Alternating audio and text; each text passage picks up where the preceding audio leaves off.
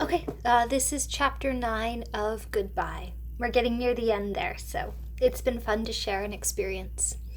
Okay, Oliver had arrived at the store to pick up his groceries. He had gone inside and spoken with an employee who had gone to the back to retrieve his bags. He was standing lost in thought when he felt a hand on his shoulder.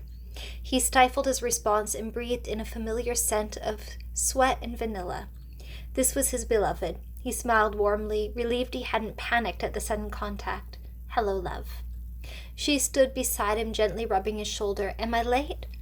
"No, they will bring out the bags soon." He wrapped his arms around her, kissing the top of her head. "Then I can pay, and we can get out of here." She remained in his arms, letting her weight rest against his frame for a few breaths before pulling back. "Here they are." "That will be $165.42. How will you be paying?" the employee asked, her voice bright. "Visa," he said, reaching for his wallet. He felt for the machine and inserted the card, knowing what to press and where each button was from experience. "I've got 2 of the bags," Josephine said, already headed to the car. "Can I come back for the rest in a moment?" Oliver nodded and waited. When she returned and took 2 more bags, he moved his attention in the direction of her movement.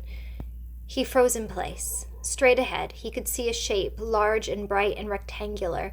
Underneath it was a dark drop where the floor should have continued, pulsing at the edges. He took a deep breath. "I can get someone to help you out to the car with the other bags if that would be helpful," the employee said. Her words were directed at him, but her voice was already turned away. He heard Josephine respond, but he was too focused on the drop in front of him to make out the words she had said. What he was seeing was not real. He needed to remember this. He needed to get to the car, to help carry the bags, and to get home. Josephine had started to move, and he went with her. As he got closer to the strange shape, it broke into red and blue triangles. Beneath it, the dark drop seemed to deepen. He kept walking. He didn't look down.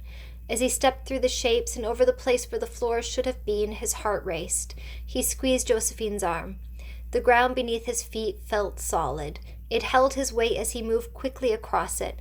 He resisted pulling himself into a dash. He made himself move naturally. So I just realized I missed a word there. There we go. Then they were outside, and he gasped for air. Josephine didn't say anything. They got to the car, and he took his seat while the groceries were loaded into the back. He hadn't carried a single bag.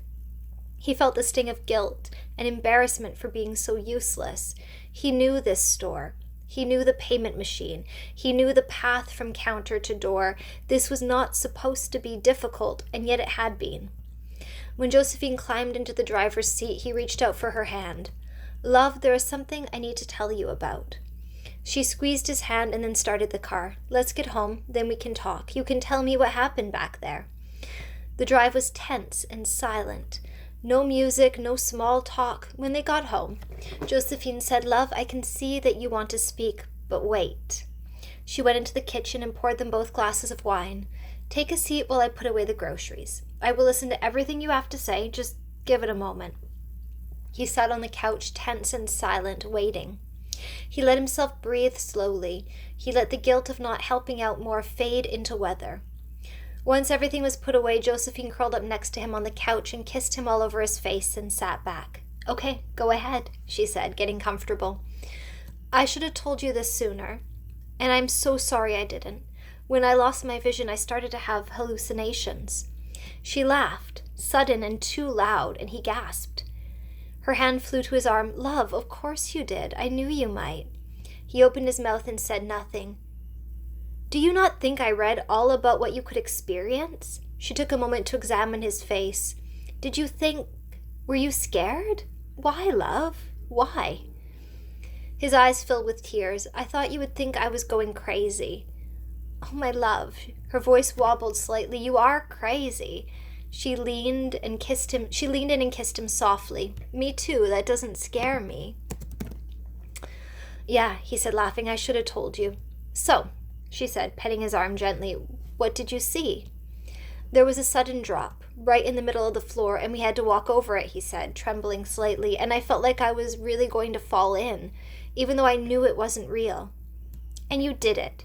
She pressed a kiss on his neck. "Amazing job, baby." A few tears fell down his cheeks. But how do I know?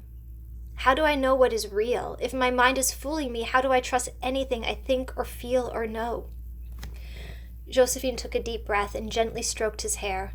Those are deep questions. I struggle with similar thoughts and feelings sometimes.